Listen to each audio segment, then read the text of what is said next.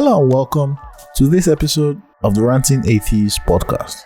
Today, we'll be listening to a recording of the second part of the Clubhouse room discussion titled Feminists are the Enemies of God. So if you are not on Clubhouse, please join. If you are on Clubhouse, find us at the Free Thinkers Hangout on Clubhouse. The link is in the show notes below. Also, please subscribe Apple, Spotify, Google, or any other place you get your podcasts. So now, let's go and listen to the Clubhouse room discussion titled Feminists are the Enemies of God.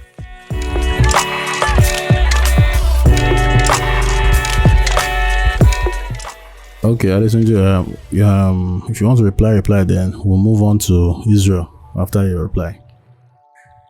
Okay, I do want to reply. For what African apostate said, personally, I do not care where they are getting the vim, where they are getting the drive to be more progressive. And to me, I think of it like this: if you presuppose that a God exists and a God wants people to know what is in his heart or whatever, and you look at the people that have written about God and people that have written for God, they are mostly elitist, privileged males, straight people. So if you bring that perspective into it, I think the 20th century, the 21st century is the time where we are having people that are not straight, people that are not in the heteronormativity, people that are not like following societal standards, where they are having their first go at interpreting what this supposed God has said. So if you look at it that way, it's sort of like it's a conversation. Like, and when you say the Bible is irrefutable, that is the definition of a fundamentalist idea that I think we need to be more nuanced about. I'm not saying that there is not a problem. There's a problem about the fundamentalists, and the problem is that the evangelical right, like the right wing Christians, especially in the US and parts of Europe, they are loud. They have backing. They want to affect legislation, and they are like this. They seem to be they are the loudest voice that we can hear. But what I'm proposing is we should also look at the minority voices in the faith where they are proposing a different understanding of Christianity. Because, for example, you reference First Timothy, you reference First Corinthians, and for me, number one, these texts are a product of the culture of the time, and the Christians that today are looking at it are saying, okay, can we understand it in a different way?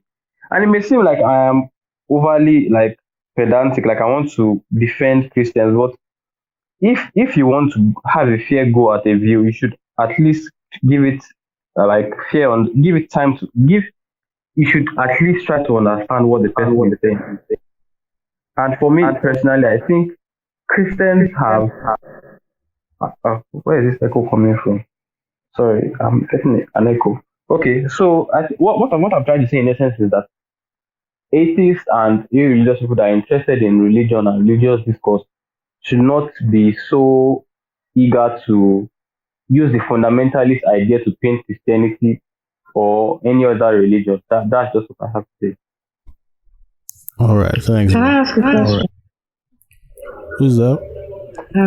Okay, Rita. Rita. Okay, Rita. Okay. I did send you the questions for you. So I wanted to ask. You said I understand like your point on we should not use the fundamentalist views to kind of cover all religions. But isn't that what religion presents itself as? So the thing is that you have like the religion basically is not supposed to be a subjective thing. Like I'm not talking about all religions. I'm talking about maybe if we just take a particular one, let's say Christianity. It's not meant to be objective. They have like things that they're supposed to do. They're like stuff that are like kind of fundamental to the religion. So I know that like as humans, most things are subjective. But when it comes to religion, looking at it as a topic, it's not supposed to be a subjective topic. It's supposed to be a fundamental thing. There's supposed to be some fundamental things that they follow and stuff like that. So is it really wrong for you to look at it in that light when really that is what it presents itself as? So that's my question to you, Adetunji. Okay. I think saying that religion presents itself as something is you have to like religion is not divorced from culture. Religion is not divorced from like how you learned it. It's not divorced from all these things. So religion doesn't present itself as anything because religion is just like how do I put it? Religion is, let's say there's a metaphysical concept that we are considering, and religion is under the surface of all these metaphysical concepts we're considering. Metaphysics don't they don't say anything in themselves. It's humans that give it interpretation. So when you say religion presents itself as fundamentalist, you are still perpetuating the idea that it is like look, let's consider Christianity. The fundamentals of Christianity is there was a man or a God man, or however you want to put it. He died for the sins of people and God raised him up. Nowhere in that idea will you get an idea that is inimical to either feminism or LGBTQ rights. So when you now have some other, when you factor in some other ideas like when Paul is saying XYZ, women should not speak in church, women should not have authority over men. Paul is a man, and if you understand Paul in the context in which he is writing, and people today look at that context and say, okay, this cannot make sense of the type of God that is claimed to be like the fundamental thing is that Jesus died, yeah. So God showed love, blah blah blah.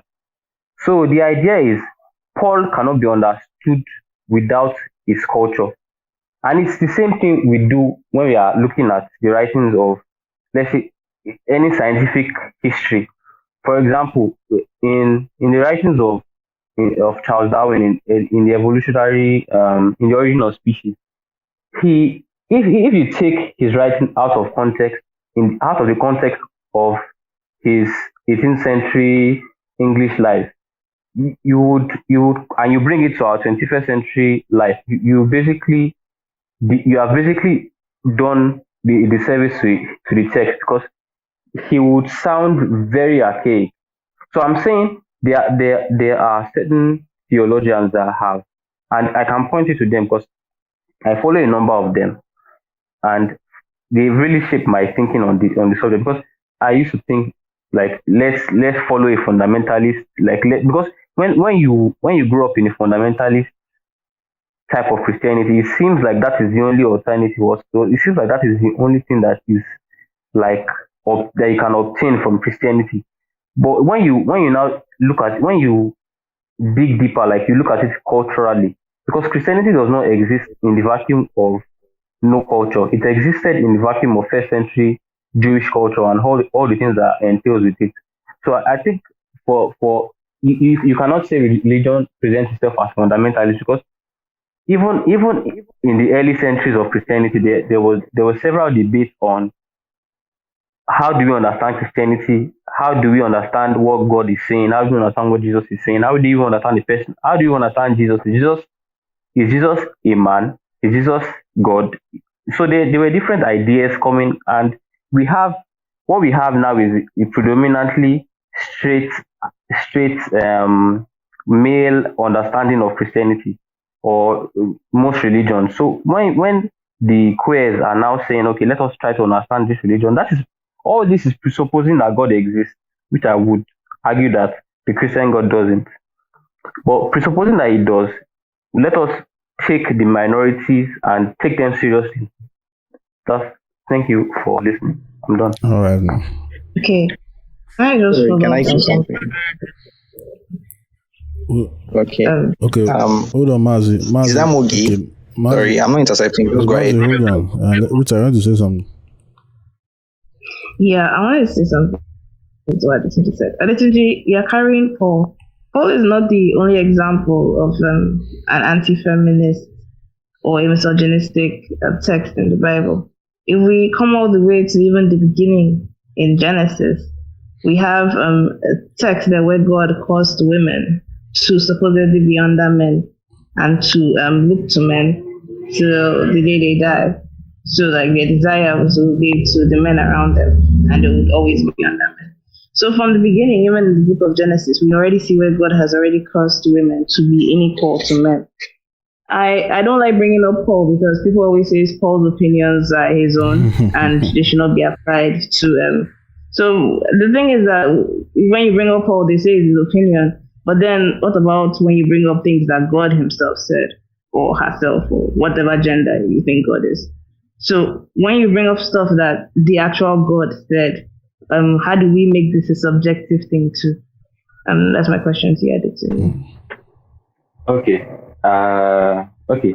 So it still goes back to the understanding of which culture wrote all those things about God, which people wrote those things about God. Like Genesis was written sometime in Babylonian exile. That I don't know, maybe 6th century BCE. I'm not too sure about this, but it was written in a society that is also patriarchal, almost exactly like Paul's society. So it's not a stretch to say that not a white man in this case, but a privileged man writing about his privileged ideas would definitely regurgitate privileged and sexist ideas. And I don't want to take away to be that the Christians that I'm talking about are somehow saying these things do not exist. They are acknowledging that yes, these things have been written in a sexist manner. They have been written in a misogynistic manner.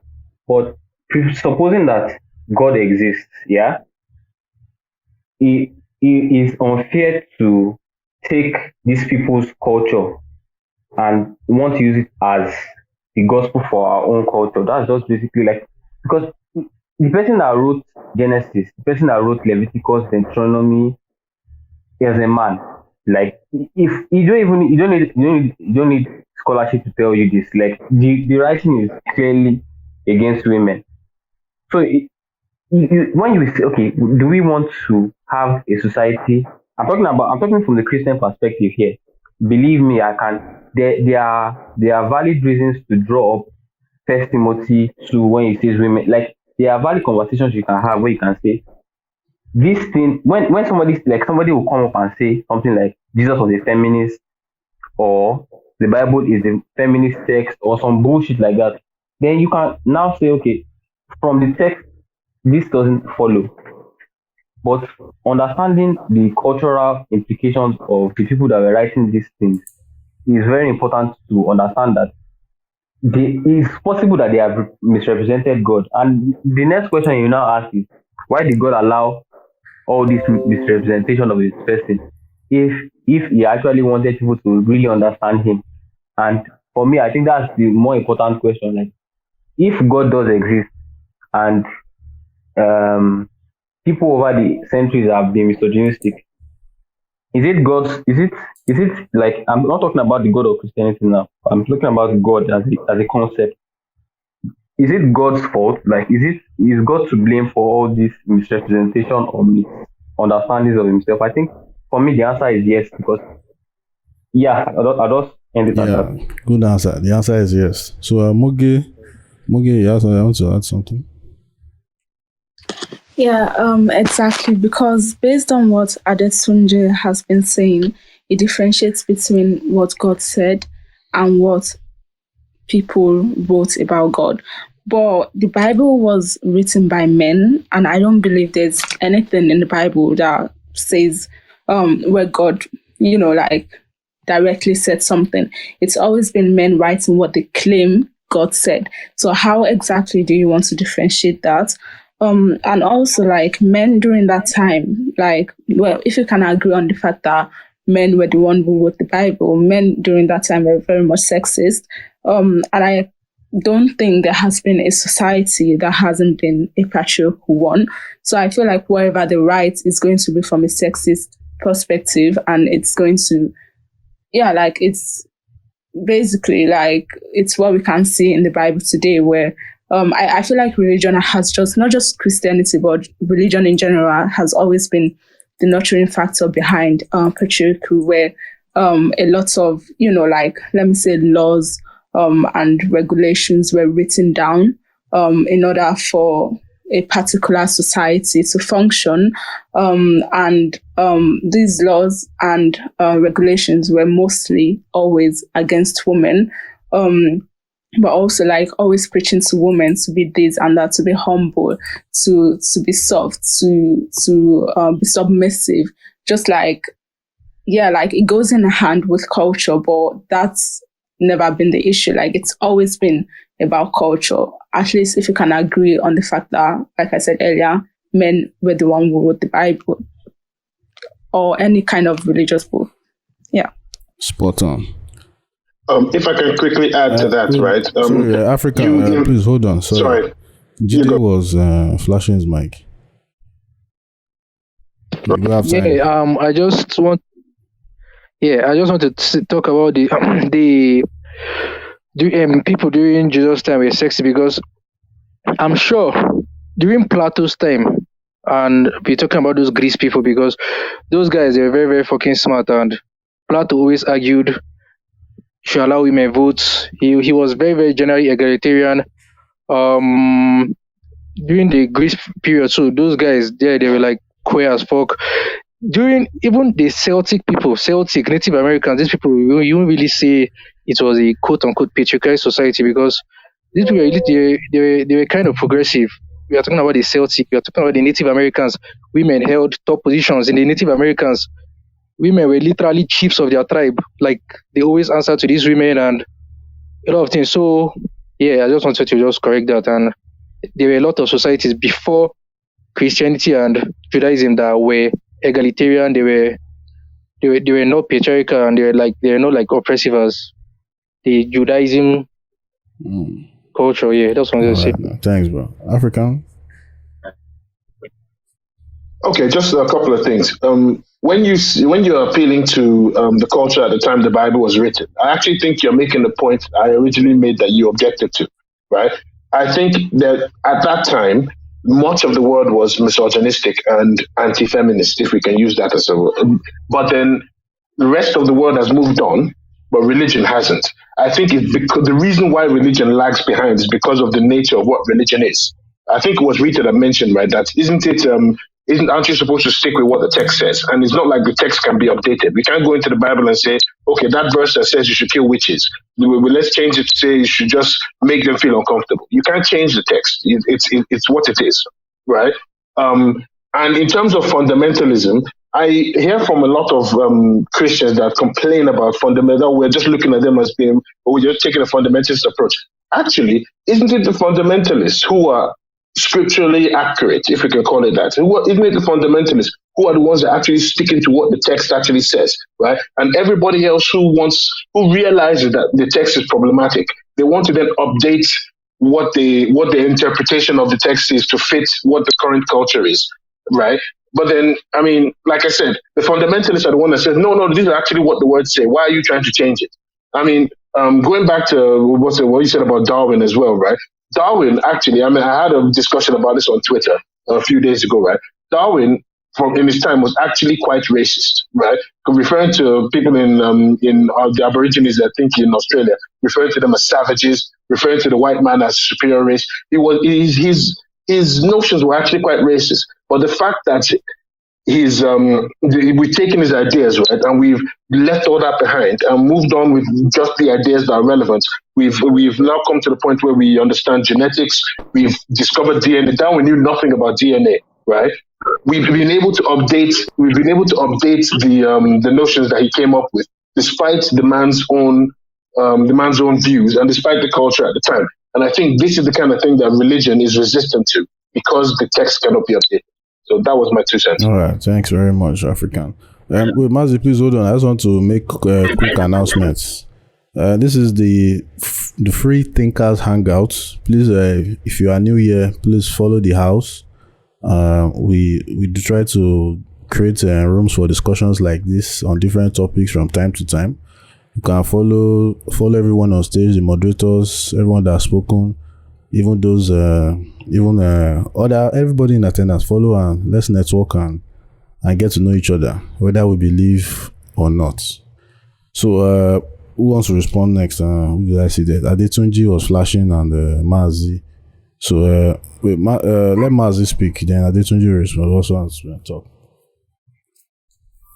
Mazi, are you there? Okay, Ranting Atheist, thank you. Yeah. I was going to respond to what Adetunji said earlier about actually I don't know, like this whole dragging the whole back and forth about fundamentalist ideas, but the reason why I actually think it's important to like get this thing clear is because it's from here we can now make like a very valid interpretation or come to a compromise or a conclusion about what these perceived sexist texts are talking about. Because if we can't actually hold an interpretation to a particular text, if you're say arguing about whether we're interpreting it as with a fundamentalist approach or not, I think it's going to be very difficult to come to that point where we know, okay, this is what it's saying.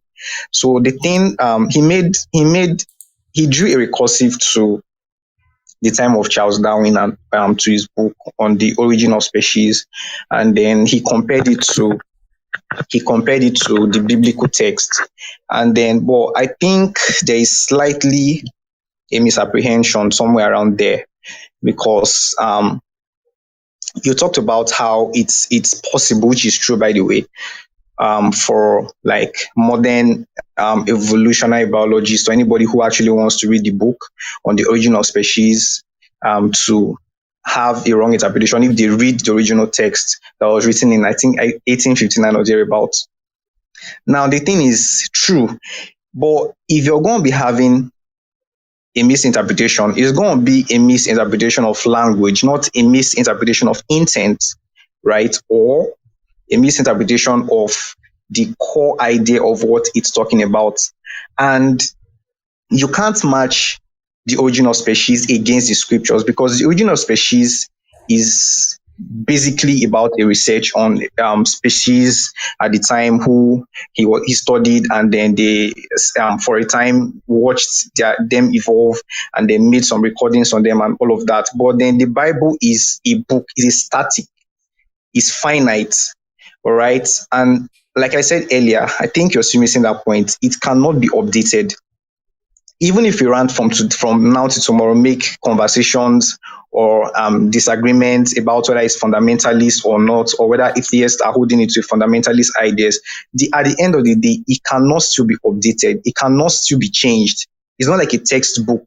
For example, now, when you look at the origin of species, for example, you see that Charles Darwin, there were improvements to modern evolutionary texts, right? Like African apostate said earlier, for example, Charles Darwin didn't know anything about DNA. He only talked about the fossil records and their anatomical similarities and all of that. Then from there, he drew the natural selection theory and all of that. But then modern biological text talks about DNA, delves into DNA, but that's totally different with the Bible. You cannot add anything to the Bible. You cannot update the Bible, and you cannot remove anything. So at that point, it means it's fixed. So it's a particular idea. So when atheists try to hold religious people accountable to what a particular text says, they're only trying to get the idea out of that text. So for Charles Darwin, for his book, you only interpret because it was written in Victorian language. Charles Darwin's text was written in Victorian language. So now we have a biological evolutionary text written in modern English language. So I think, for example, I was trying to read that at the time. I was having problem with that because of how it was written. So I had to go for the modern text. But then you can't do that with the Bible, because it's not about the language. It's about the ideas that are in there. It's about what it's saying. Right. So I think there's a slight misapprehension with that example, or something you're trying to conflate and stuff. So it's just something I wanted to point out and show you where we could be having a little unnecessary disagreement or something. Yeah, that's what I wanted to say. Thank you. All right, no. Thanks for that. Adetunji, you respond now. Then we'll move on from this matter. I think we also have Aminu and Tony. I think I saw Tony just now. But Aminu, do you want to add anything? Okay. In Just general, hold on. Sorry, Aminu. Yeah, let Sunji respond. Then you are next. All right, Tony. Okay, thank you very much. So, I think you are not getting, you didn't get the parallel I was trying to, on the origin of species. The parallel is about interpretation of language and how language itself is not divorced from culture, because some things we see in our culture, like what's an example I can say now? For a like, okay, let me just move on from that. Like, it's just an understanding of language, and it goes to show that people do not understand like that the Bible itself is not fixed. The Bible is when you say the Bible is fixed, you are still buying into a fundamentalist idea that the Bible itself is a inerrant text, and I think that's problematic. But the core, my core disagreement with what you said is that we are looking at the you say that the Bible is fixed, and that idea is itself, like, that idea is born out of a culture of racist whites and their fascination with making basically it's an idea that is not that doesn't have so much historical backing as much as you think. For example, an example I'll give is the idea of the Bible text and Bible versions and stuff like that. We do know that the Bible is not an English text. So saying that the Bible is fixed, even the Bible itself has several versions. That's one idea. The Bible has several books that are not in canon. That's another idea. The Bible is whatever a Bible is, whatever a religious group says it is. So if a religious group says that this Bible as it is not to be understood as, and I've heard Christians say this, I'm not just making it up. Christians say that the Bible is not to be understood as a work that you should take literally. If you have to do the work of interpreting the text, you have to do the work of interpreting the language and the culture, and interpreting the culture is the most difficult part, because from our own perspective, it's very hard to understand how women in that society live. And they were like, I won't say they were fine with some of the edicts, but like the way the society was functioning was very, like, so different from ours. And to understand it, we have language barriers, we have cultural barriers. So those are the things that you have to put into understanding. Like, another example is when people say Jesus was feminist, and they use the idea of the adulterous woman, if a religious person, and if religious scholars, when religious scholars say that that story was inserted into the text much later and is not original into the text, this should give us an idea that the Bible itself is not a monolith. The Bible itself has different ideas, has different things that it's trying to say. So coming at the Bible and saying, yeah, the idea is fake, that is itself a cultural invention, because the Bible is just a book telling a story about some people. So however we interpret it is the most important thing. And there are people that my argument is there are people that are making strides in progressive theology, and we should give, like, when you're having discussions like this, you should at least acknowledge that there is a dissenting view, and this dissenting view is made up of people that have been historically marginalized by the religion, minorities and stuff. So when you say the Bible is fixed, you are buying into an idea that is inherently heteronormative, is inherently a straight construct, like it's inherently made by people that have been privileged by society. So that's basically my argument. Okay, now thank you. Sorry, can I say something? Mazi, you need to hold on. You go after Aminu. I know you want to respond, but Aminu has not yet spoken for over an hour or so. So All right, fine. Generally, I think we've been blasting Christianity for a while. I think we are yet to tap the juicy vein that is Islam. As someone who grew up in a household, in a Muslim household, and who's been Christian at some point in his life, I can tell you that from my experience, the doctrine, the kind of like that Islam promotes, in general sense, how we perceive women is terrible. There's no other word to use to describe it, because how do you look at women? How do you objectify women to a point where they are rewards that you receive, when you commit acts of martyrism in war? Do you understand what I'm saying? I feel like as someone who grew up in a household like that, watching my sister go through that, and then she coming into her own self, coming out to me as gay and all that, it doesn't come as a shock to see the kind of self-esteem issues that it puts on women when they're told consistently that, for example, their opinions matter less than a man. According to Islam, a woman's opinion in court is worth half of a man's.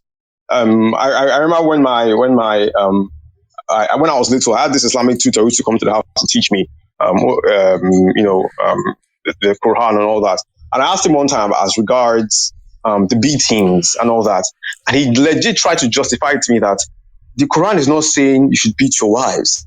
It's saying that when your wives misbehave, you should take the edge of your cloth and wipe them with it. And that was him trying to justify, his thought process, or maybe to make it seem less than evil, which was what it was in my eyes anyway. And it just goes to show the degree to which people are indoctrinated into this system, into this mentality. I don't think we speak enough about it. And we can talk about the philosophy behind it. We can talk about what God, quote unquote, intends to say in His words. First of all, personally speaking, I think the argument of it was a product of the times, I think is senseless to me. No offense, because I think any God that knows everything should know that slavery is bad. Dehumanizing people is bad, and dehumanizing women is bad. So any God that still comes and tells me, anyone that comes and tells me, it was a product of the past or product of the times, I think it's just, no offense, it's an argument that doesn't stand. Period. I think that's all I've got to say generally. So I'll just hand it over back to you guys. All right, thank you very much. Yeah. All right, Mazi, you wanted to go? Yeah. Okay. Sorry. I mean, nobody was talking about Islam because I don't know. For me, the reason why I actually don't want to talk about Islam is because, I don't even want to go there. It's just some of the things there are. I don't know. Let's just leave that for now. I'm going to respond to what Adetunji said again, and it's going to be very brief. I'm going to be very, very brief with that. Okay, so I just picked a thing or two. And we understand ourselves quite all right. You understand what we are saying, but I think there's still a little bit of a misunderstanding somewhere.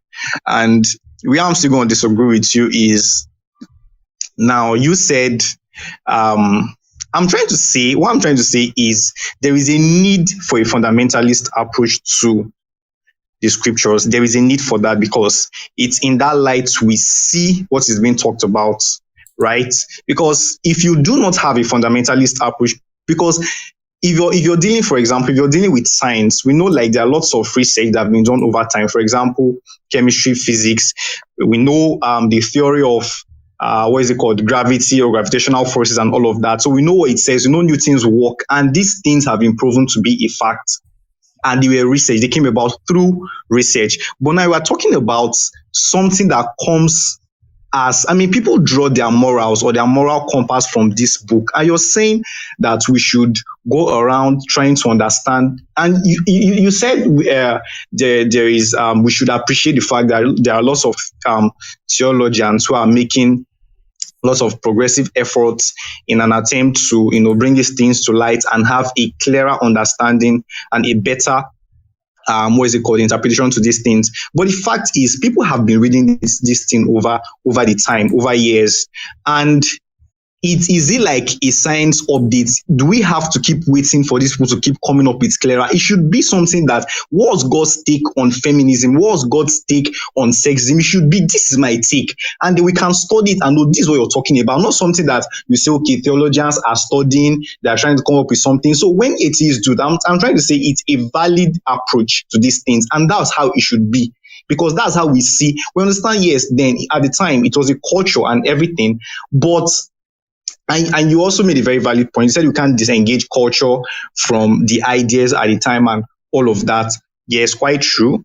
But then at the same time, we should know how these cultures are terrible and what is God saying about these cultures in regards to the ideas, right? So in that aspect, I don't know, you're really trying to like sidestep the whole idea of how it's impossible, or how, because to me, I feel like it's an escape route for Christians. It's what they do now. And it's more like the whole idea of God of the Gaps, where Richard Dawkins was talking about something as regards that. Like, there's always something for them to use as an excuse. You say something like this, no, that's the wrong interpretation. This is the right interpretation. But yeah, your pastor is saying something different. So which should I hold you to? Because at the end of the day, we have various ideas. And these people are actually theologians, are telling us that this is my own opinion. We have another person saying this is my own opinion and all of that. So we have different random opinions around a particular subject. Come on, guy. Like, at that point, I really don't know what to say. So they should just figure their shit out and tell us eventually when they come up with something that this is what we've been trying to say all these years. Since it's going to take them millennia to come up with a standard opinion about that, we are waiting for them. So when they feel like updating us on finally this is what we're talking about, then we are willing to also accept that. But for now, it's a fair approach to say, okay, please tell me exactly what you're saying as regards this particular context or this particular thing you're talking about in this verse or chapter or whatever. All right, now thanks very much, Mazi. For me, this whole nuances is the, how do I put it now? It's easier to go with the fundamentalist approach, but if one is going on a one-on-one, it's best to ask the person, what is your own perspective? What is God to you? Or what does this verse mean to you? Or what, all those kind. Basically, that's why if you just get the person's perspective, then you can now argue from that standpoint. But you all are too much. I saw Kwam. Kwam is here. Kwam, do you have anything you want to say? Especially come from a Muslim perspective. Kwam, are you there? Seems Kwam don't work out. Okay, let's move on to, I think we just came up. Mikey. Hello. Hello, Mikey. Good evening. Good evening. So actually, what I wanted to say, you just hit the nail on the head. Is it depends on, it should be on a case by case basis. I don't think it makes any sense to tell somebody what they believe. So if they believe that Jesus, well, if they want to believe that Jesus is feminist, and he's for all of the letters in the LGBTQ community. Okay, cool. I mean, I feel like the way to do this thing is to be pragmatic. Religion is not going away, so the best I think we can do is accommodate the people who will sort of who want to take our sort of work with us in our ideology, similar ideologies. If they want to believe in Jesus and they want to be feminists, that's cool. What sense? So like the way I would posit this to some of the people who have been pushing back is that, imagine if nobody in the religion believes in like that the word of God was, the Bible is misogynist, and they've just sort of reinterpreted that whole thing to mean it means something else. Like, what sense would it make to go, hey, but your Bible says this? Like, it doesn't matter. They don't believe in it. we should address them, like you said. So this doesn't mean that some people are not. There's some people who they'll pick their mouth when they appear. When they want to appear reasonable, they'll say one thing, but like they actually go behind and do the either misogynistic or sexist thing when they go behind closed doors. So I think it's best to do it on a pragmatic and a case by case basis. Thank you very much, Mikey. Cinderella, you want to go? Hi. Yeah, so I feel I kind of like feel a little bit of guilt when people mention Jesus being feminist. Okay, I was the one that brought that up, but let me say this here. I'm glad that I brought it up because Moge and I think African made a point that I see. I think that okay, so we're not perfect and all that, but there's this thing that the little thing a man can do can sometimes make some women give him this he's a feminist, while there are still other things that they do that don't really align with feminism. And they mentioned the disciples and some things, and I see it. I didn't see that before. I'm taking that back about Jesus being a feminist. I mean, there's so much that could have happened or he could have done. Yeah, I had to because I felt like after I said that and then Moge pointed it out, I'm like, oh okay, yeah, I didn't look at it this way. And then maybe I was just not paying attention to that. But all I want to say is that okay, we have Christianity, yeah, and then they've always made reference to this Bible as best information before leaving earth, yeah. So that is what they are reading and giving to people. And I know that we all want to we need to find ways to get along here and all that. But we can't ignore that whole Christianity and the Bible and everything it says because that's where most of the beliefs are rooted.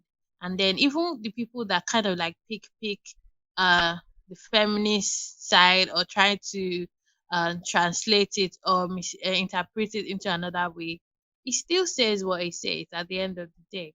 So I don't know, but that's just the way I look at it because I know that people, I've said this before, people living religion is easy. I know that it takes a different kind of you um redefining your own path to be like, okay, like I did, I'm done with this. I don't want anything to do with it. So I get it. It's not easy, but still they still make reference to the Bible that was written by men as their source of everything.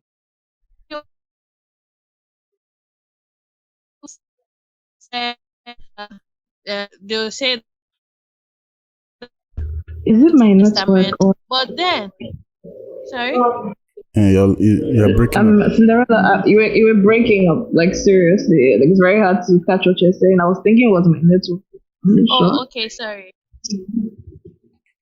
Yeah, I think it's even showing poor signal. But I hope you can Yeah. hear me now. But I'm Yeah, it's saying better that now. at the end of the day, yeah, at the end of the day, everything is still rooted to that so-called Bible that they try to pick from every time. Even when they are talking about the killings that happen, there are some they support and there are some they don't support. It to me it's just weird because everything is rooted in that. I'm not saying anybody should not believe what they are believing, but for me as somebody that is not, because it's like you are picking the one that best suits the beliefs now, and then later when it comes to homophobia you go to the Bible and defend it, but you come back to feminism and say well, like I said before, Jesus was a feminist, things like that. I think it just, at the end of the day, that Christianity still has like legit connections to the Bible and all that, which was written by men. And to me, I still find it funny that at the end of the day, it's the people that killed the Jesus that kind of, don't know, maybe I have the wrong information, but Well, Cinderella, that's should we come back to you? Like, it's very difficult to hear you. That's true. sorry. Yeah, Okay. maybe. All right. Yeah. Thanks, Cinderella. Let's move to Enyiwa. Enyiwa, you're welcome. Thank you, welcome. my fellow devil worshippers. To my fellow devil worshippers, I hear a lot of that.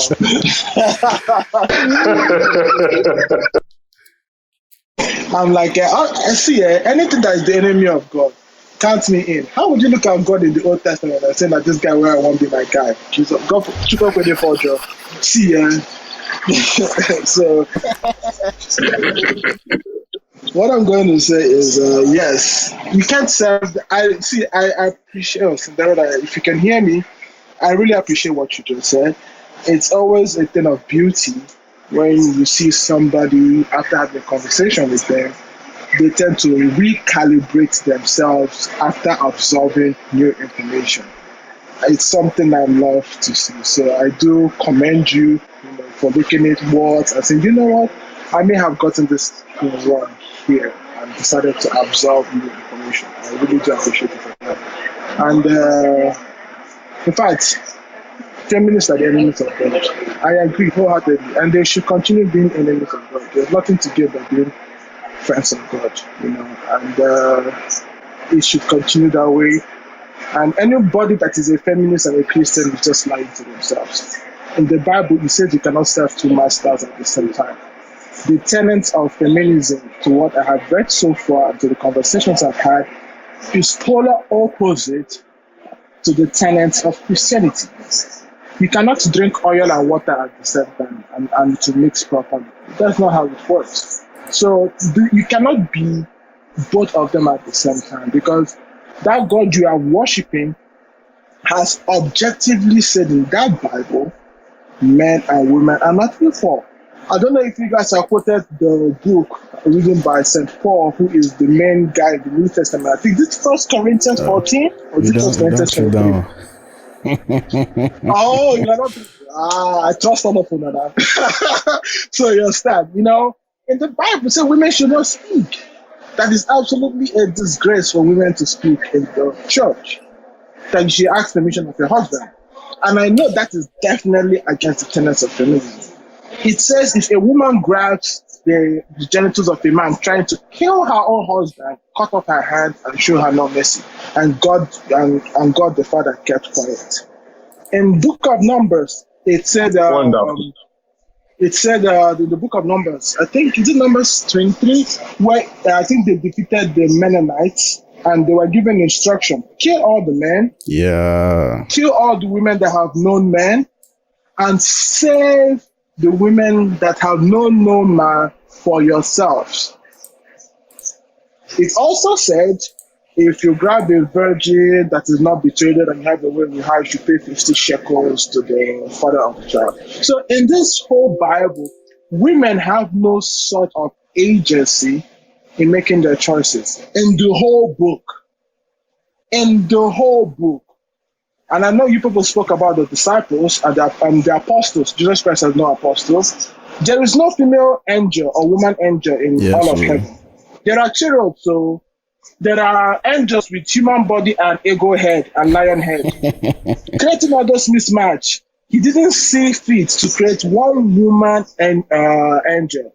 In his council of elders, there is no woman. Even Mary, the woman, which I feel is not consensual, the woman that gave birth to his child, is not even having an elevated position. She is still beneath everybody. In fact, Holy Spirit would rather be a spirit than be a woman. So I don't know how you could balance all these things together and then call yourself a feminist and a Christian at the same time. But I know it's not my place, though. I recognize that it's not my place to tell a woman what she can and she cannot be, or how she chooses to navigate her movement. But I think it's objectively clear to say that the principles of both movements do not align. But if you can make it work for yourself, more grace to your elder. But, thank you for letting me speak, and I'm done. Thank you very much, Inwa. Thank you very, very much. You finish work. Scattergram. So we're rounding up now. Anyone wants to add any other thing before we round up? Nobody. I guess I would probably add, if I would add anything, I would say I actually want to encourage more Christians, regardless of how difficult I think it is to make it fit, to be feminists. And I don't, so to sort of touch on something I said earlier on, telling them they can't do it, I don't think helps. Let them confuse themselves however they want to confuse themselves to make it work. However, so I'm there to encourage them to do the gymnastics required. All right, thank you. Can I say something? Okay. Quick addition. It never says anywhere in the Quran that it's seven. Okay, sorry. African, is that you? Okay. Just very. Yeah. It never says anywhere in the Quran, that the 72 virgins are actually women. Just to point out, it might actually be 72 gay virgins, but just to leave that in. You're wild. You're actually wild, yo. Sorry. I think Hold on. Rita wants to talk. Rita. Yeah, I just wanted to say that I wouldn't encourage more Christians to be feminists. I would actually encourage more women to not be Christians. If I was giving out any advice, I would be like, you shouldn't be upholding an institution that is, in fact, I would say maybe 80% responsible for women's oppression in the world. Say that and Islam. You shouldn't be upholding institutions that actively aid your oppression. So I would say that instead of giving advice for more of them to be feminists, I would give advice for more women to give up religion. And the thing is that women actually actively uphold these institutions. In fact, without women, all these institutions will collapse, because women are the ones that are the primary caretakers of children all over the world. We're the ones carrying our children to go and indoctrinate them into this terrible beliefs, into these harmful things. So instead of saying that they should be more feminist, why not just tell them not to even be Christians at all? I mean, that's really my own. I don't tell people that you need to be more feminist, because I understand that there is a conflict in the beliefs. So instead of that, I just tell them that you shouldn't even be a Christian. Why are you out here upholding an institution that has been actively behind your oppression for centuries, for a millennia, for over a millennia? So that's what I would say. I wouldn't say that more Christians should be more feminist. But I do understand the people that say more Christians should be feminists, just so that we can progress as a society. Because some people have coconut head. But yeah, that's just what I would say. Yeah. And just a quick thing, the only reason why I'd say that is because I think it's easier for them for more Christians to be feminists than the other way around, than for them to leave their religion.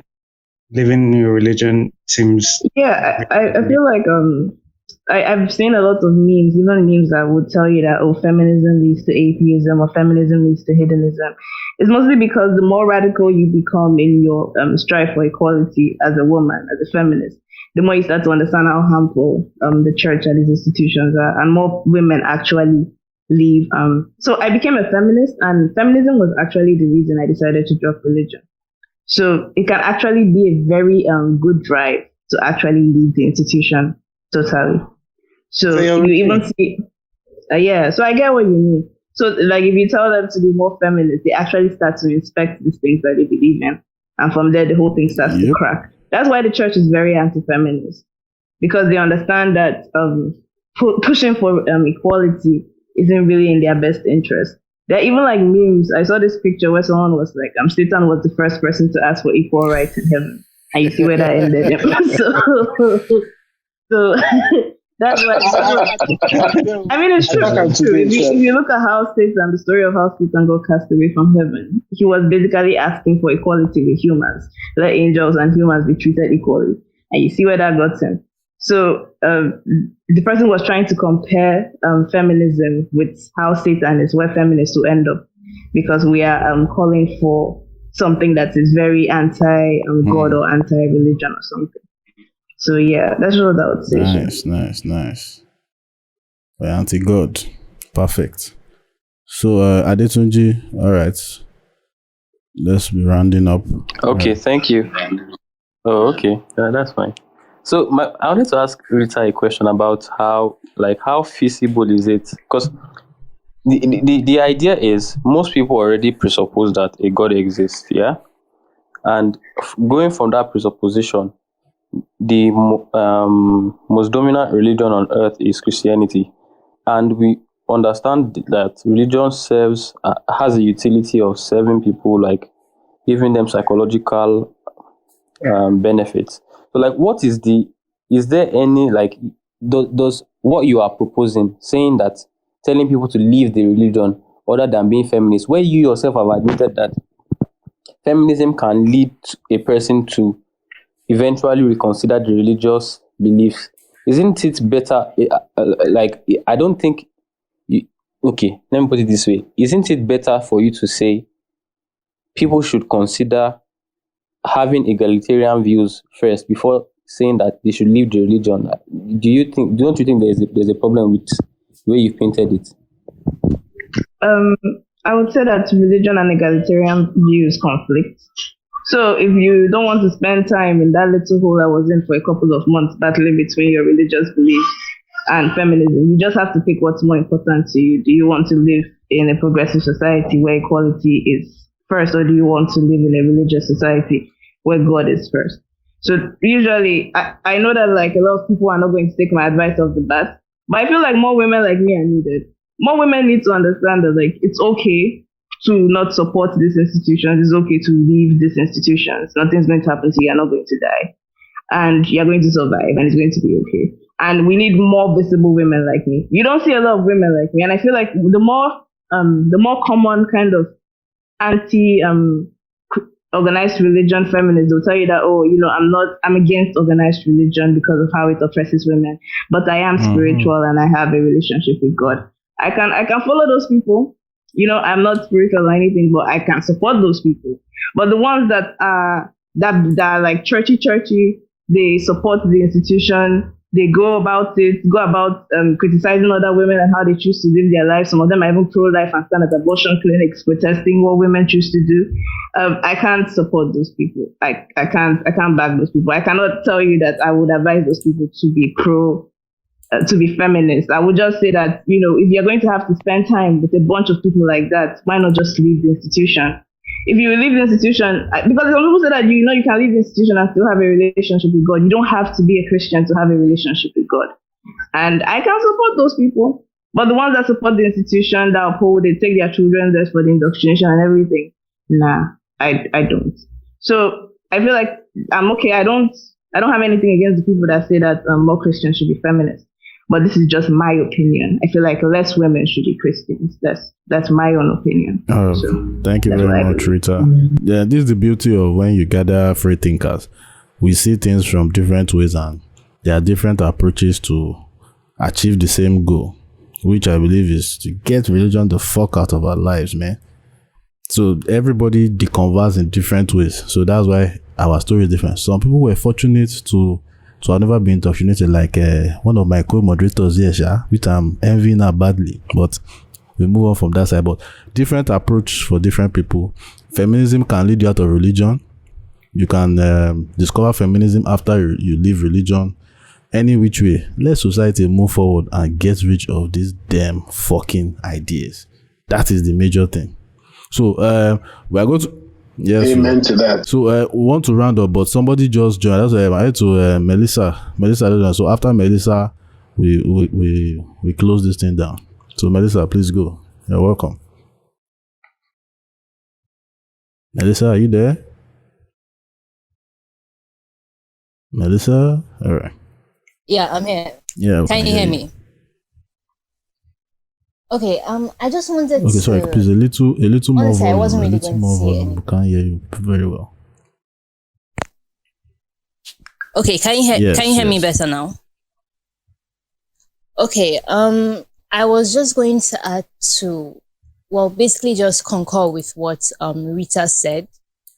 I'm a feminist and I'm also an atheist. Perfect. And I was a feminist for quite a few years while I was still a Christian. Even though it ultimately ended up being one of the reasons I left the religion, ultimately.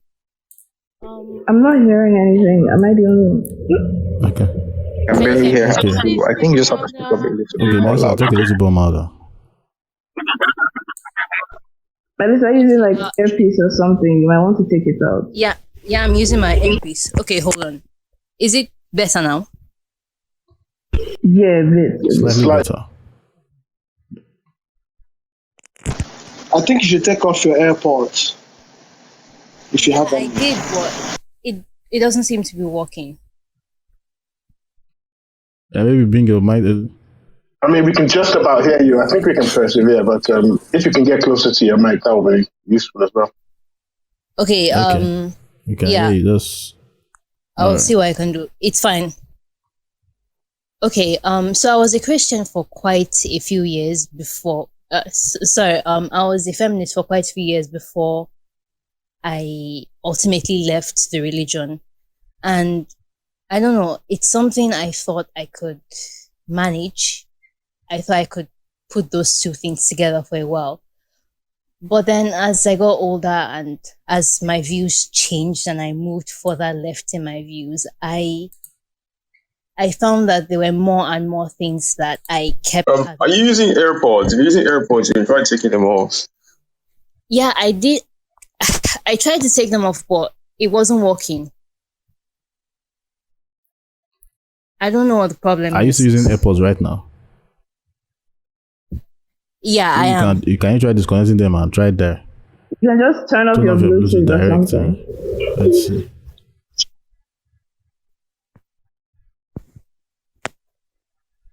Is it better?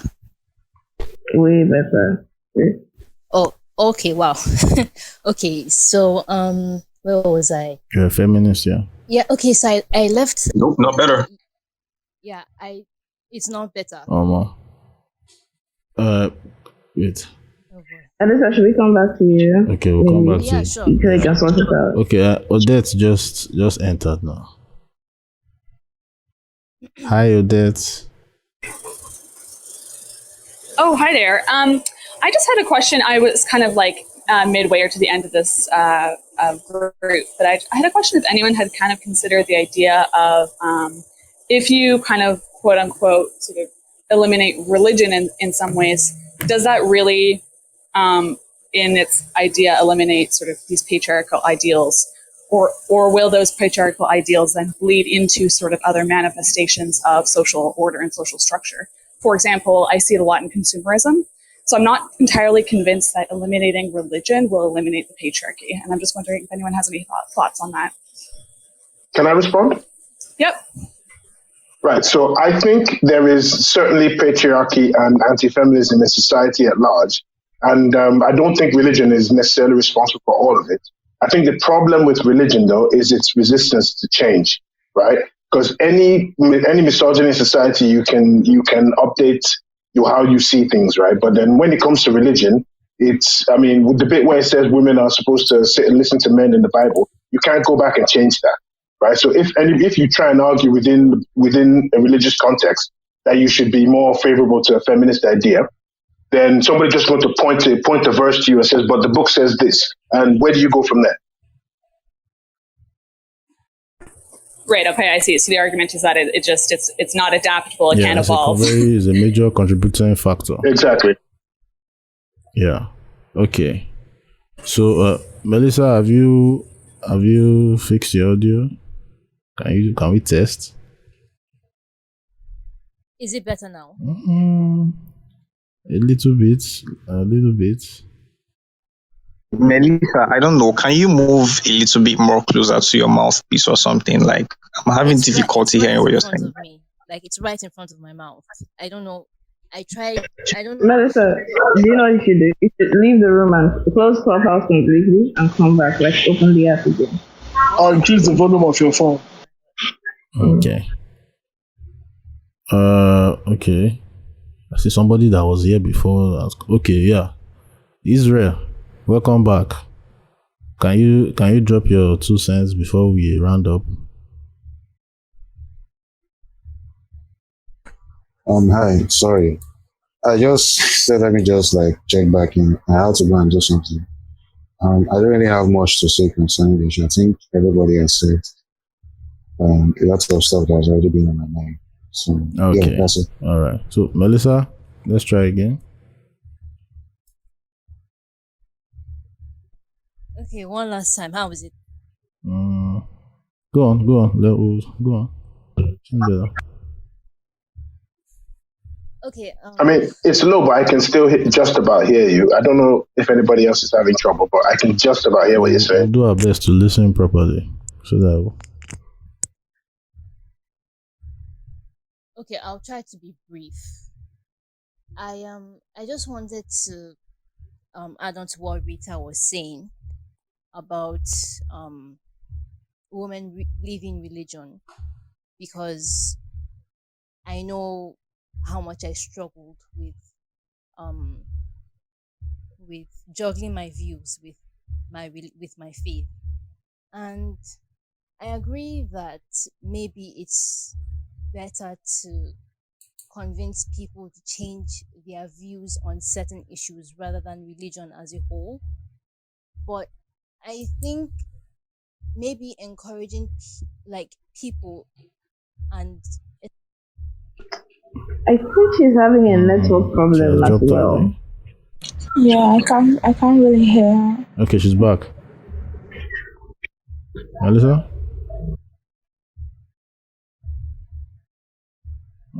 It's network problem.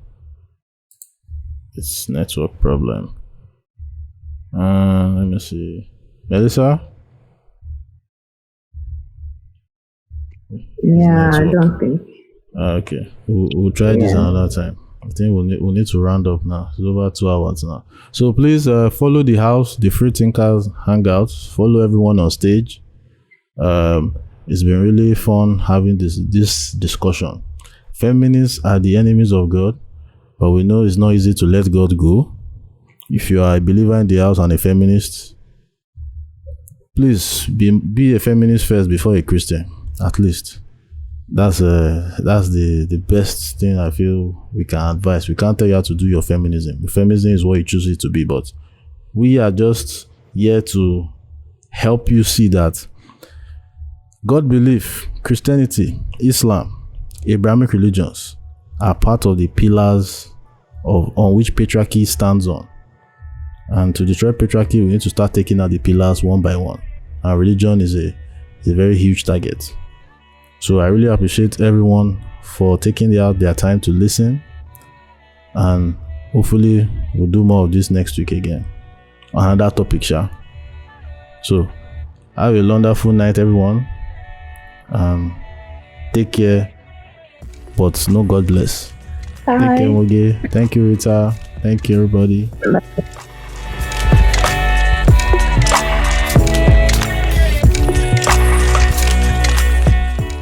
All right. Thank you for listening to this episode. I hope you learnt a few things from the different perspectives shared. Feminists indeed are the enemies of God. God don't like them. So please join the Free Thinkers Hangout on Clubhouse. If you are an Android user, you can now use Clubhouse, create an account without any need of invitation. Please subscribe. The podcast is available on Apple, Spotify, Google, any other place you get your podcast from. Anchor too safe. And so now, we're done for this week, and I'll catch you on the next one.